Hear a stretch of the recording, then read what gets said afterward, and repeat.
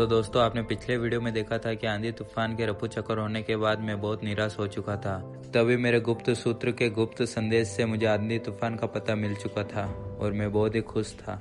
मैंने सूत्र का धन्यवाद किया और निकल पड़ा अपनी टीम के साथ एक लंबे सफर पर। तभी मुझे रास्ते पर कुछ शेर नजर आ जाते हैं, जिन्हें मैं बोलता हूँ कि झुंड में तो कुत्ते भी शेर होते हैं। सफर के दौरान मेरी नजर पड़ती है प्रकृति के बीच बसे इन पहाड़ों पर, जिन्हें पूरी दुनिया में माउंट एवरेस्ट नाम से जाना जाता है।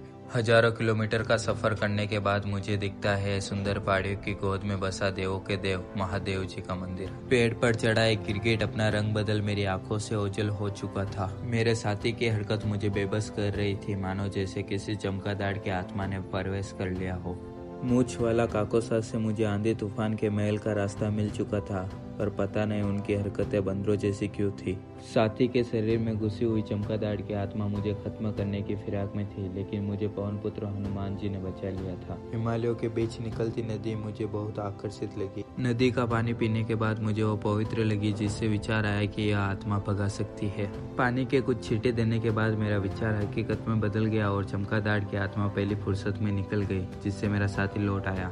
80,000 के जूतेपन में बढ़ चला था हिमालय की चोटी की ओर। गिरते फिसलते मैं और मेरे साथी पहुंच चुके थे जमीन से लगभग 10,000 किलोमीटर ऊपर हिमालयों की वादियों में।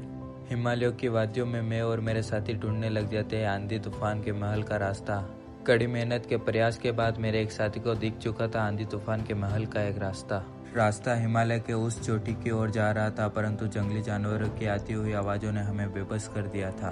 तभी मैं और मेरे साथी आंधी तूफान से फिर कभी निपटने का निर्णय लेकर वापस निकलने का फैसला लेते हैं। सूरज के डूबने और अंधेरा होने से पहले हमें हिमालय में उतरना था।